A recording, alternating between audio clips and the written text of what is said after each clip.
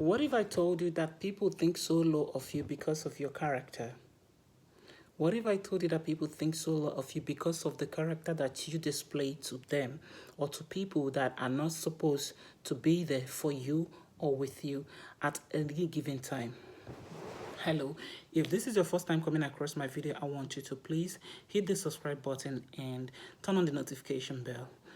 Basically, most of the times, people see you as a nobody. People see you as a no, or they look down on you when you tell them to do things. They don't take your words for things.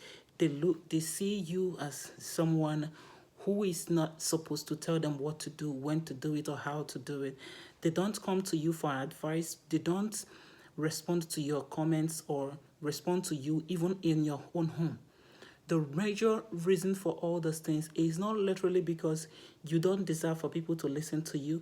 It's not actually because you are too small. You might look at the stature of your body, you feel, oh, maybe it's because in my face I don't look beautiful, or maybe it's because when I look at the stature of my body I'm too lean, or maybe when I look at myself I'm too fat. I don't look normal. I want you to understand that most times people will tell you these things because of some certain way that you display your character towards them.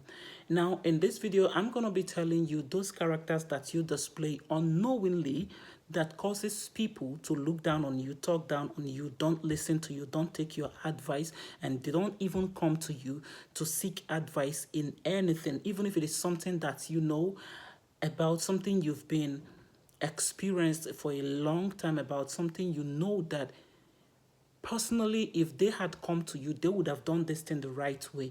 But they don't even think of you at all.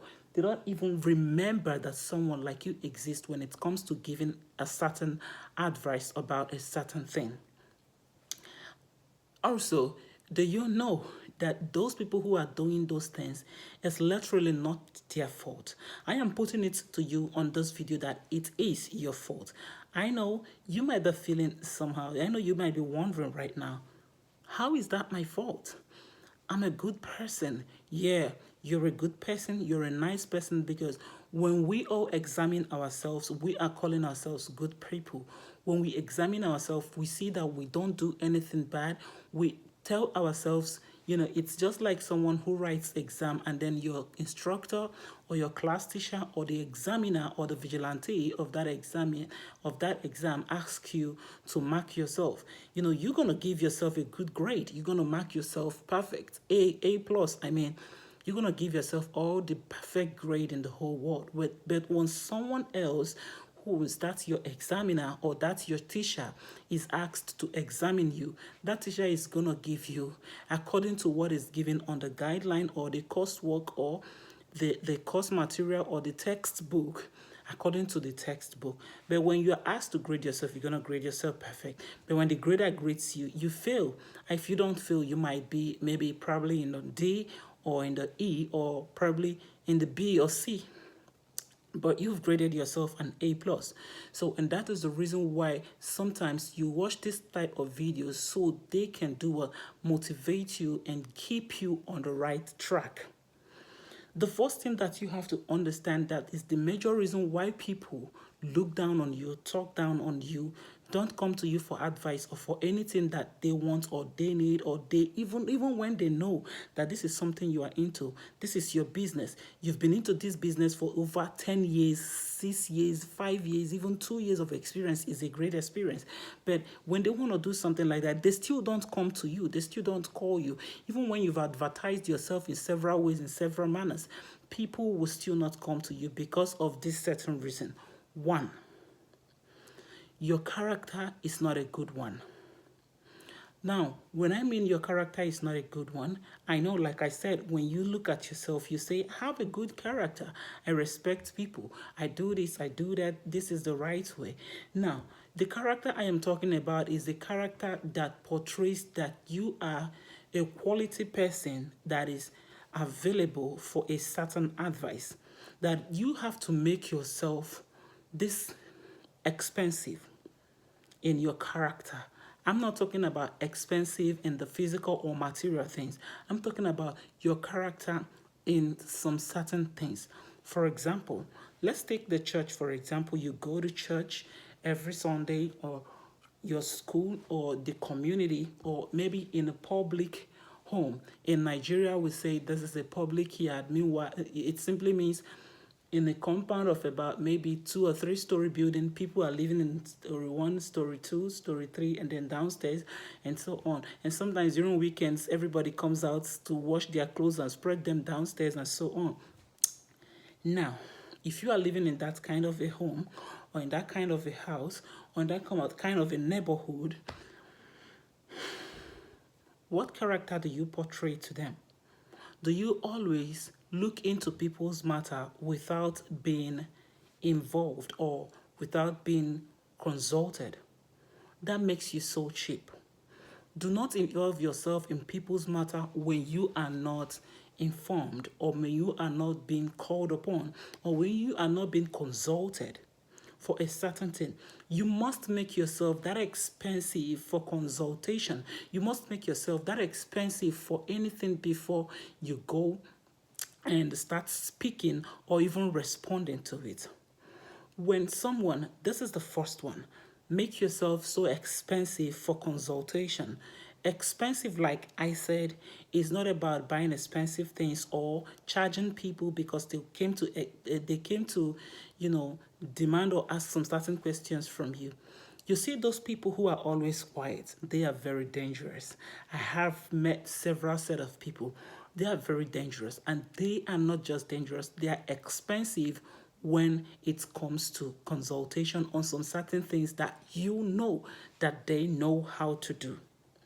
I have a neighbor who lives in the same house with me, and this dude is so quiet.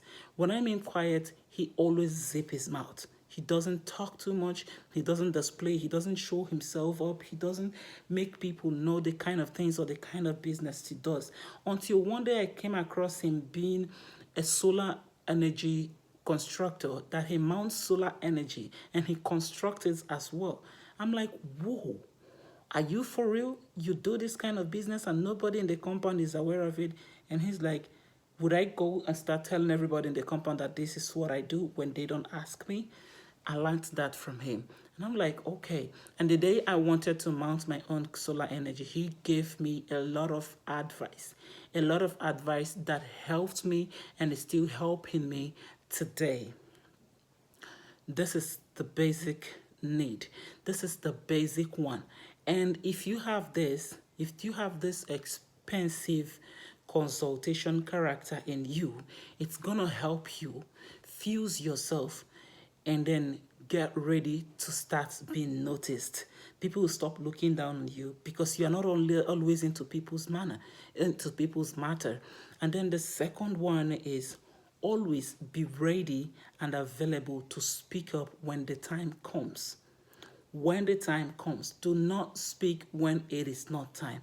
This is related to the first one, but it's not that related. When you are called on, maybe in a general meeting, a family general meeting, or maybe in the church, or maybe in your community, in your village, in the market, and so on. When you see two people who are quarreling and then you know how the whole case started, and then you are called to come and speak on how this case started. All you need to do is to speak the truth and nothing but the truth. If you speak the truth, you are speaking against the other person who is doing wrong, but in return, you are giving yourself that standard quality of assurance that your word is your word because you are saying what you saw. And the last one is the third one is integrity. Maintain your integrity. Be honest with yourself. Be honest. The first way of living that life of integrity is being honest with yourself. If you are not honest with yourself, to yourself, how can you be honest to others? How can you be able to sort things out when it comes? How can people even ever look up to you as someone who is honest, as someone they can come to for anything?